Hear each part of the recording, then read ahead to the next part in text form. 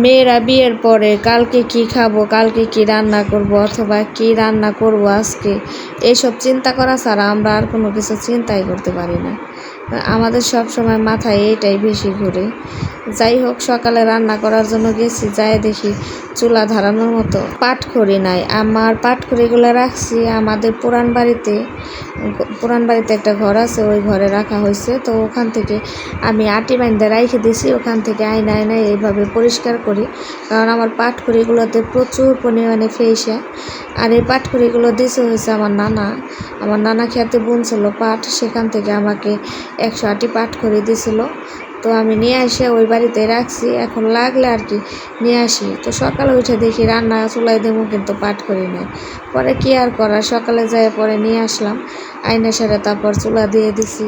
আজকে রান্না করতেছি মিষ্টি কুমড়া দিয়ে লেটকা খিচুড়ি, মানে পাতলা খিচুড়ি। তো এই খিচুড়িগুলো আর কি আমার এক চাচি শাশুড়ি রান্না করে, হ্যাঁ রাতের খিচুড়িগুলো অনেক মজা লাগে। তো ভাবলাম পরে শাশুড়িকে দিয়ে হাটে থেকে মিষ্টি কুমড়া আনাইছি, তো আমরাও আজকে রান্না করতেছি। তো অর্ধেক পরিমাণে মিষ্টি কুমড়া আর অর্ধেক পরিমাণে চাউল দিয়ে তারপরে রান্না করতেছি। তো এই মিষ্টি কুমড়াটা একটু গলানোর জন্য ওরনের সাহায্যে একটু গালাই দিতেছে, যাতে মিষ্টি কুমড়া কোনো বিচি বা কোনো মিষ্টি কুমড়া না থাকে, পুরোটা যাতে মিক্স হয়ে যায়। আর এই মিষ্টি কুমড়ার খিচুড়ি যারা না খাইছেন একবার ট্রাই করে দেখবেন। বেশি করে ডাউল দিয়ে তেল দিয়ে তারপরে সব কিছু মিক্স করে দিয়ে মাখায়ে তারপরে এবার রান্না করে খাইয়ে দেখবেন অনেক মজা। আমরা শীতের সময় তো অনেক সবজি খিচুড়ি খাই, কিন্তু শীতের সবজি খিচুড়ির টেস্ট অন্যরকম হয়, আর এটার টেস্ট অন্যরকম হয়। তো এই তো আমাদের খিচুড়ি রেডি। এই তো রান্না শেষ, এখন হয়েছে খাওয়ার পালা। এখন হয়েছে সবাই মিলে বসে খাবো, বাড়িতে যারা আছে তারাই খাবো। তো এই তো আমার ছেলেকে দিলাম, এখানে আমার নানি শাশুড়ি খাইতেছে, ওইদিকে আমার শাশুড়ি খাইতেছে। তো সবাই হাত দিয়েই খাইতেছে, কারণ খাওয়ার টেস্ট অন্যরকম। আর আমার ছেলেকে চামচ দিয়ে দিছি, সে খাইতে গিয়ে নিচে ফেলে দেওয়াতে পরে আমি ওকে খাওয়াই দিতেছি।